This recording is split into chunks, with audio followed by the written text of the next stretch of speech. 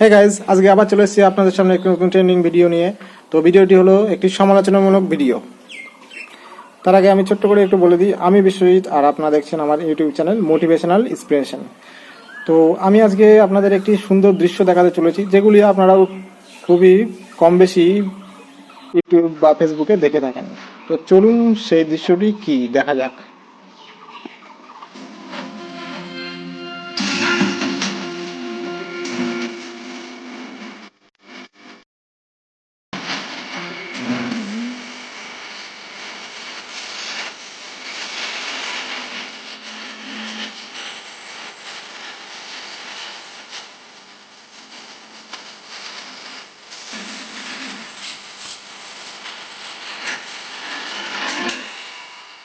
তো ভিডিওটি দেখে আপনাদের কি মনে হচ্ছে সেটা তো অবশ্যই কমেন্টে জানাবেন, আর আমার কি মনে হচ্ছে সেগুলোও একটু বলি।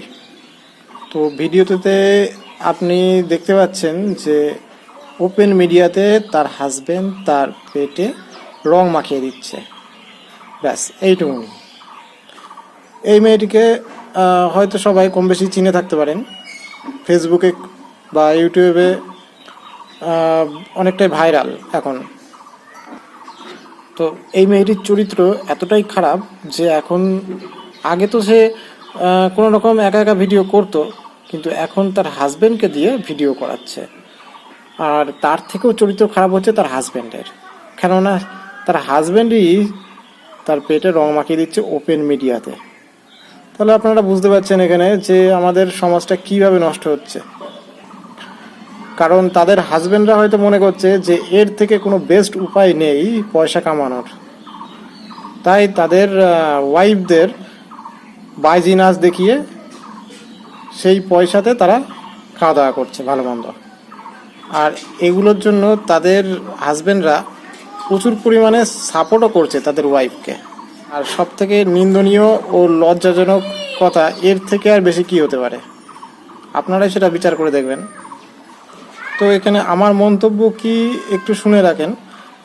আমার তো মনে হয় যে এদের বউকে পুরো কাপড়টা খুলে ফেলে দিয়েই সোশ্যাল মিডিয়ার সামনে নাচটি দেখানো উচিত, কারণ এর থেকে তো আরও বেশি ইনকাম করতে পারবে, এদের পথ আরও সুগম হয়ে যাবে ইনকাম করার। তো এটা আমার সাজেশন। তো রং খেলা বা রং মাখানোর যদি ইচ্ছা হয়ে থাকে, তাহলে তো বডি পার্ট আরও আছে, সেখানে মাখান। যেমন ধরুন এই গাল, হাত, এইসবে মাখান রং। তো ওই সব জায়গায় রং মাখানোটা ঠিক না, তাও নিজের স্ত্রী।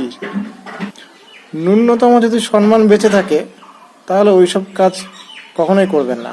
কারণ সমাজের চোখে হয়তো আপনারা জানেন না, টাকা পয়সা ইনকামের জন্য আপনারা নির্লজ্জ হয়ে গেছেন, কিন্তু আপনাদের সম্মানটাও কিন্তু নিচে নেমে গেছে প্রচুর সমাজের চোখে। তো সবশেষে আমি বলবো যে এইভাবে সমাজটাকে নষ্ট করবেন না,